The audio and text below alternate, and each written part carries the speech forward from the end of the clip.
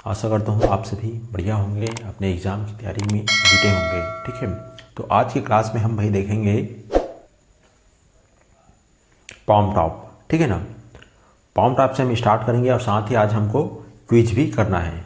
ठीक है ना, पॉम टॉप से स्टार्ट करके सुपर कंप्यूटर वगैरह क्या क्या चीज़ें सभी के बारे में देखेंगे और लास्ट में हम देखेंगे जितना भी क्वेश्चन इस पार्ट में है वो सभी का एक बार रिवीजन करेंगे। ठीक है दोस्तों, तो चलिए वीडियो पर बने रहिए। ठीक है ना, और जिनके पास भाई ये वीडियो भी पहुंचा नहीं है तो उनके पास शेयर कर दीजिए फटाफट। ठीक है, उसके बाद फिर क्लास स्टार्ट करेंगे।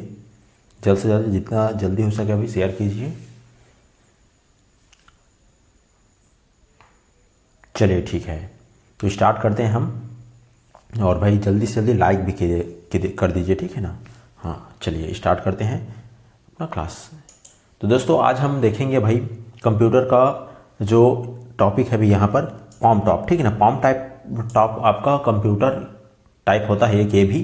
ठीक है ना, यहाँ पर यह बहुत ही छोटी कंप्यूटर है जिसे हम हाथ में रख करके, ठीक है ना, जिसे हम हाथ में रख करके कहीं भी ला सकते हैं, ले जा सकते हैं, कार्य कर सकते हैं। ठीक है, इसे मिनी लैपटॉप भी कहा जा सकता है। ठीक, कीबोर्ड की जगह है इसमें आवाज़ द्वारा इनपुट का कार्य किया जाता है। ठीक, पीडीएफ भी एक छोटा कंप्यूटर है। ठीक है ना, जो आपका पीडीए होता है वो भी एक छोटा कंप्यूटर है जिससे नेटवर्क से जोड़कर अनेक कार्य किए जा सकते हैं। इसे फ़ोन की तरह व्यवहार किया जाता है। तो ये भी आपका पॉम टॉप जो कंप्यूटर है आप देख सकते हैं इस प्रकार से रहता है ये। ठीक है ना, एक प्रकार से मोबाइल की तरह ही होता है। ठीक, स्मार्टफोन की तरह। अब नीचे हम चलते हैं भाई स्मार्टफोन, है ना। स्मार्टफोन में क्या है तो देखिए भाई ये चीज़ देखते हैं हम। स्मार्टफोन चला भी रहे हैं, जो आप वीडियो देख रहे हैं वो भी स्मार्टफोन ही है आपका। ठीक, तो चलिए यहाँ देख लेते हैं स्मार्टफोन। ठीक है ना, स्मार्टफोन एक मोबाइल फ़ोन है जिसमें कंप्यूटर की लगभग सभी विशेषताएं मौजूद रहती है। इसमें डाटा इनपुट के लिए टच स्क्रीन तकनीकी का प्रयोग किया जा सकता है। ठीक, टैबलेट या पीडीए एक कंप्यूटर है जिसका प्रयोग वैकल्पिक फ़ोन की तरह भी किया जा सकता है। दूसरी तरह स्मार्टफोन मुख्य एक फ़ोन है, ठीक है ना, जिसका प्रयोग कंप्यूटर प्रोसेसिंग के कुछ कार्यों, ठीक ना, तथा इंटरनेट का उपयोग करने के लिए किया जा सकता है। स्मार्टफोन का उपयोग एक हाथ से किया जा सकता है जबकि टैबलेट या पीडीएफ को दोनों हाथ से पकड़ करके चलाना पड़ता है। क्योंकि भाई आपका जो स्मार्टफोन होता है एक हाथ छोटा सा होता है, उसको हम ऐसे चला सकते हैं, लेकिन जो आपका टैबलेट होता है टैबलेट को आपको क्या करना पड़ता है, दोनों हाथ से पकड़ करके चलाना पड़ता है। एक हाथ में रखो और एक हाथ में चलाओ, या फिर कहीं पर रख करके चलाना पड़ता है। ठीक है, तो ये डिवाइस को पता कर लेना भाई कैसे कैसे ये कार्य करता है तो पता चल गया आपको। आगे चलते हैं। अब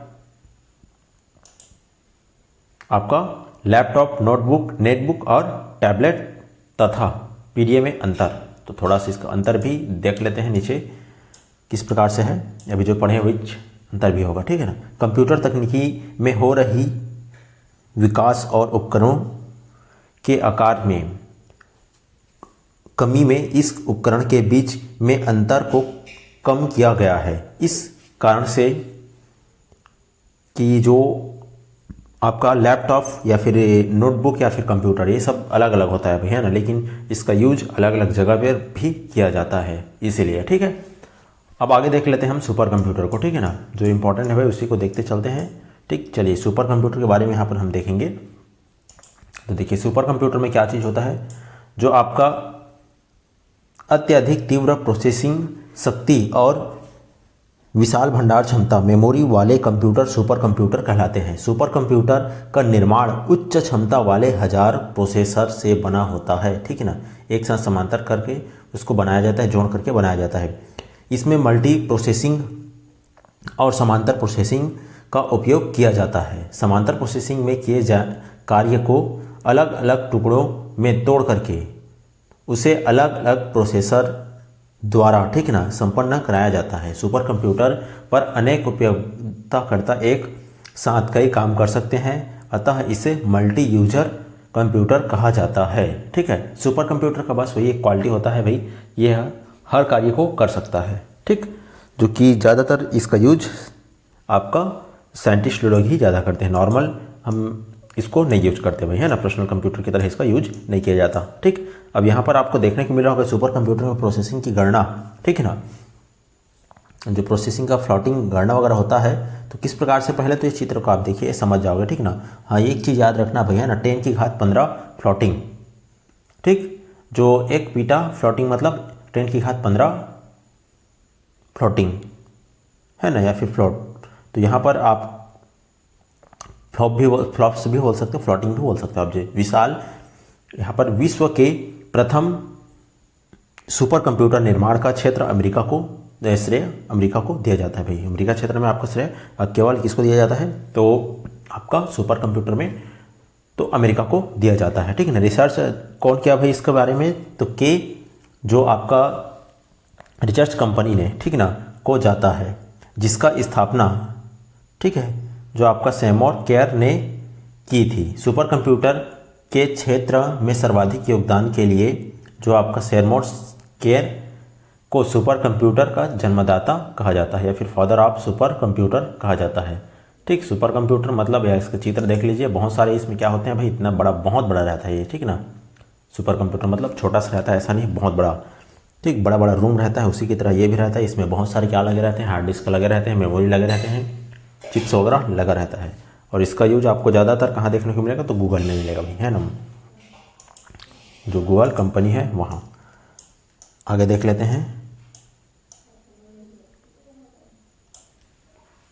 सुपर कंप्यूटर का उपयोग अनेक क्षेत्रों में किया जा रहा है, जैसे कि वैज्ञानिक तकनीकी क्षेत्र में अनुसंधान और डिजाइन के लिए, पेट्रोलियम उपयोग में तेल के भंडारों का पता लगाने के लिए, वायुयान और ऑटोमोबाइल के उपयोग के लिए, और विभिन्न प्रकार से आप देखने को यहाँ पर मिल रहा है भाई, ठीक है ना। कंप्यूटर पर परमाणु भट्ठी के जो आपका सब क्रिटिकल प्रशिक्षण वगैरह करने के लिए, सबके लिए उपयोग किया जाता है किसका, सुपर कंप्यूटर का, ठीक है। भारत में सुपर कंप्यूटर कब आया, कैसे बना, इसके बारे में भी देख लेते हैं भाई हम। तो भारत में सुपर कंप्यूटर सबसे पहले आया, ठीक है ना, तो कब आया, नीचे हम देखते हैं। भारत में परम नाम का भाई, उसका नाम क्या था सुपर कंप्यूटर का, परम, ठीक ना। भारत में परम सीरीज के कंप्यूटर, ठीक ना, परम सीरीज के कंप्यूटर सुपर कंप्यूटर का निर्माण CDAC, ठीक है ना, CDAC जो पुणे द्वारा किया गया, पुणे में सबसे पहले आया गया, जो कि परम एक आपका 8000 CDAC द्वारा, ठीक ना, 8000 CDAC द्वारा विकसित पहला कंप्यूटर सुपर कंप्यूटर था, जिसका निर्माण 1991 में किया गया। इसके निर्माण का श्रेय, ठीक ना, CDAC ने निर्देश डॉक्टर विजय भास्कर को जाता है। यहाँ पर परम पद सुपर कंप्यूटर का निर्माण 2003 में किया गया, ठीक है ना, जिसका गणना क्षमता 1 टेरापाल्स, ठीक ना, 1 टेरापाल्स मतलब 10 की घात 12, यानी कि 1 खरब गणना प्रति सेकेंड की थी, ठीक है ना। परम युवा सेकेंड सुपर कंप्यूटर का निर्माण 2013 में किया गया, ठीक है ना, परम सेकंड, ठीक, उसका नाम परम युवा सेकेंड 2013 में उसको बनाया गया है। इसका जो बना वही जो CDAC के द्वारा जो विकास सबसे तेज हुआ था, जो मतलब बना था, उसी के द्वारा बनाया गया था इसको, ओके। यहाँ पर और देखते हैं हम आगे, तो आपका जो सुपर कंप्यूटर है, इसकी गणना क्षमता 500 टेरापल्स जो आपका प्लाप्स था, ठीक। इस तरह से सुपर कंप्यूटर विश्व के कुल 5 देशों अमेरिका, जापान, चीन, इजराइल और भारत के पास ही उपलब्ध है। तो इसको आप याद रखना, जो आपका विश्व में कहाँ कहाँ पर ज़्यादातर इसका उपयोग किया जाता है और किसके किसके पास है सुपर कंप्यूटर, तो अमेरिका के पास है फर्स्ट, और उसके बाद में इसके पास जापान के पास, उसके बाद तीसरा चीन के पास, उसके बाद चौथा इजराइल के पास, और पाँचों में भारत के पास। तो 5 देश में है केवल इसका, है ना। अब इसके बाद में अनुपम सीरीज के सुपर कंप्यूटर का विकास जो आपको बार्क मुंबई द्वारा किया गया, ठीक ना। पेश में सीरीज के सुपर कंप्यूटर का निर्माण अनुराग, ठीक ना, जो अनुराग हैदराबाद द्वारा आपका DRO में बनाया गया, ठीक है, DRO के लिए किया गया, फिर बनाया गया, ठीक है। भारत में प्रथम सुपर कंप्यूटर जो आपका फ्लो सलवार, ठीक ना, फ्लो सलवार का विकास नाल, ठीक, बेंगलुरु द्वारा 1980 में किया गया। तो ये सब चीज़ को आप याद रख लेना, इसके स्क्रीनशॉट भी ले लेना भाई, है ना। और याद करने के लिए यहाँ पर रोचक तथ्य में देख लीजिए, IBM कंपनी के डीप ब्लू, ठीक है ना, कंप्यूटर ने शतरंज के विश्व चैंपियन गैरी कॉम्प्रेक्स का परिचालित किया गया, ठीक ना। यह 1 सेकेंड में शतरंज की 20 करोड़ चाल सोच सकता है। ये भाई काम का चीज़ है, याद रख लेना इसको। इसके बाद चलिए आगे देखते हैं हम अब।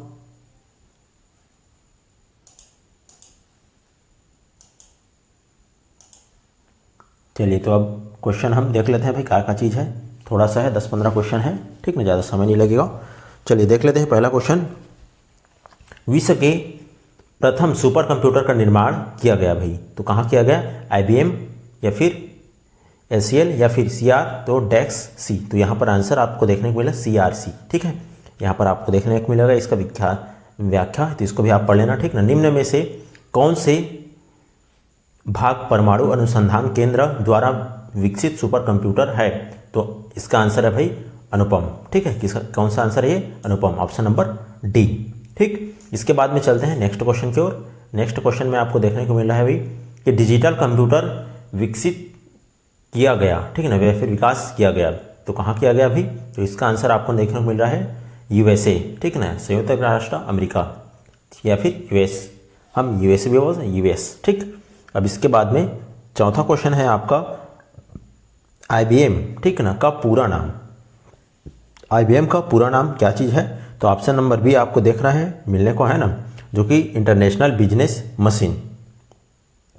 जो ऑप्शन नंबर बी है वो इसका आंसर है, ठीक है, ये वाला ऑप्शन नंबर बी। चलिए नेक्स्ट क्वेश्चन देख लेते हैं। नेक्स्ट क्वेश्चन में देखने को मिल रहा होगा, वह आदमी जो कंप्यूटर का जनक समझा जाता है, तो किसको भाई? ऑप्शन नंबर ए सभी को पता है, चार्ल्स बेबेल को, है ना। पिछले क्लास में भी इसने हमने देखा था, है ना।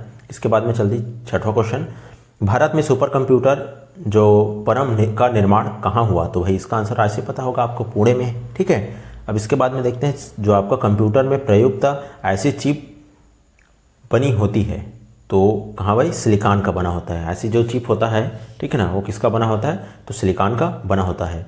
संसार का पहला, ठीक ना, गणक यंत्र का नाम क्या है भाई? तो क्या नाम है उसका?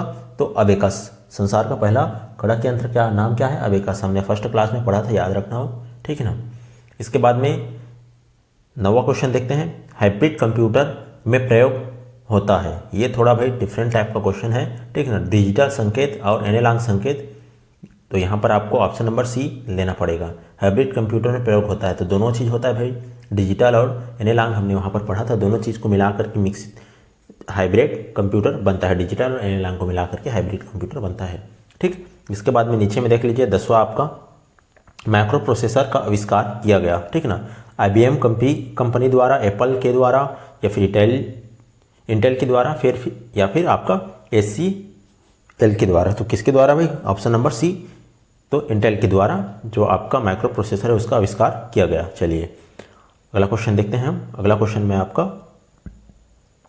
IBM है, क्या है भाई? एक IBM आपका एक कंपनी है, ठीक ना। अब इसके बाद में 12वां क्वेश्चन, वर्तमान पीढ़ी में कंप्यूटर में प्रयोग होते हैं, तो क्या होते हैं? तो ऑप्शन नंबर डी, ठीक ना। अब पहले ऑप्शन को पढ़ लेना भाई, उसके बाद आंसर तो नीचे दिया ही है, लेकिन आप वैसे ही मत करना भाई, पहले क्वेश्चन पढ़ लेना, उसके बाद ऑप्शन, उसके बाद आंसर को देखना, ठीक है। ULSI, ठीक है ना, ULSI ये आपका वर्तमान पीढ़ी के कंप्यूटर है, ठीक है ना। संसार का प्रथम प्रोग्राम माना जाता है, ठीक है ना, किसको माना जाता है? संसार का पहला प्रोग्रामर, तो लेडी एंड स्टांग को, ठीक है ना, लेडी एंड स्टांग को पहला जो प्रोग्रामर माना जाता है, ठीक। 14 नंबर का क्वेश्चन देखते हैं, अगली पीढ़ी के कंप्यूटर में प्रयोग किया गया है, ठीक है ना, प्रयोग किया जाएगा या फिर किया गया है। तो यहाँ पर भाई ऑप्शन नंबर है AI। आपने देखा है अगली पीढ़ी में अभी ट्रेंडिंग में भी चलता है AI, ठीक ना, आर्टिफिशियल जो इंटेलिजेंट होते हैं वही भी आर्टिफिशियल जो खुद से कुछ आप उसको वीडियो या फोटो दो खुद से क्रिएट करके दे देता है भाई AI मोड में, ठीक। तो ये ऑप्शन आप ले लेना ए को, ठीक है। घरों और व्यक्तिगत उपयोग में आने वाले PC वास्तव में हैं, तो भाई ये सभी को पता है आपको, ठीक है ना। कौन सा PC है भाई? माइक्रो कंप्यूटर जो होते हैं वही आपके पर्सनल कंप्यूटर होते हैं भाई, ठीक है। तो चलिए अब इसके बाद हम बस इतने क्वेश्चन देखते हैं भाई, ठीक है ना। और जितना भी और नीचे बचा है दोस्तों कल देखेंगे उस क्वेश्चनों को, है ना। और कल ही हम एक स्टार्ट करेंगे चैप्टर अपना कंप्यूटर की जो कार्य पद्धति है उसको, ठीक है। तो दोस्तों वीडियो कैसे लगा, आप वीडियो में कमेंट किया कीजिए भाई, है ना। कमेंट नहीं करते हैं आप, एक भी नहीं करते, और वीडियो को शेयर भी नहीं करते। समझ नहीं आता क्या हो रहा है कि वीडियो शेयर काहे नहीं करते, ठीक है ना। लाइक भी नहीं करते और कमेंट वगैरह भी नहीं करते। कमेंट किया कीजिए, शेयर किया कीजिए। अगर आप शेयर नहीं करेंगे भाई तो वीडियो जो क्लासेस है वो बंद हो सकता है, ठीक है ना। इसमें नुकसान तो आप ही लोगों का है जो देखते हैं उनका, है ना। जो नहीं देख रहे हैं तो गलत अलग बात है, जो लेकिन देख रहे हैं उनका नुकसान है भाई। तो वीडियो को पूरा पूरा शेयर कीजिए और पूरा पूरा वॉच भी किया कीजिए, ठीक है। थोड़ा सा वीडियो देख करके चले जाते हैं, ऐसा मत किया कीजिए, ठीक। पूरा देखा कीजिए। चलिए तो कल मिलते हैं भाई फिर से एक वीडियो के साथ में, एक नया क्लास के साथ में, ठीक। तब तक के लिए जय हिंद, वंदे मातरम, थैंक यू।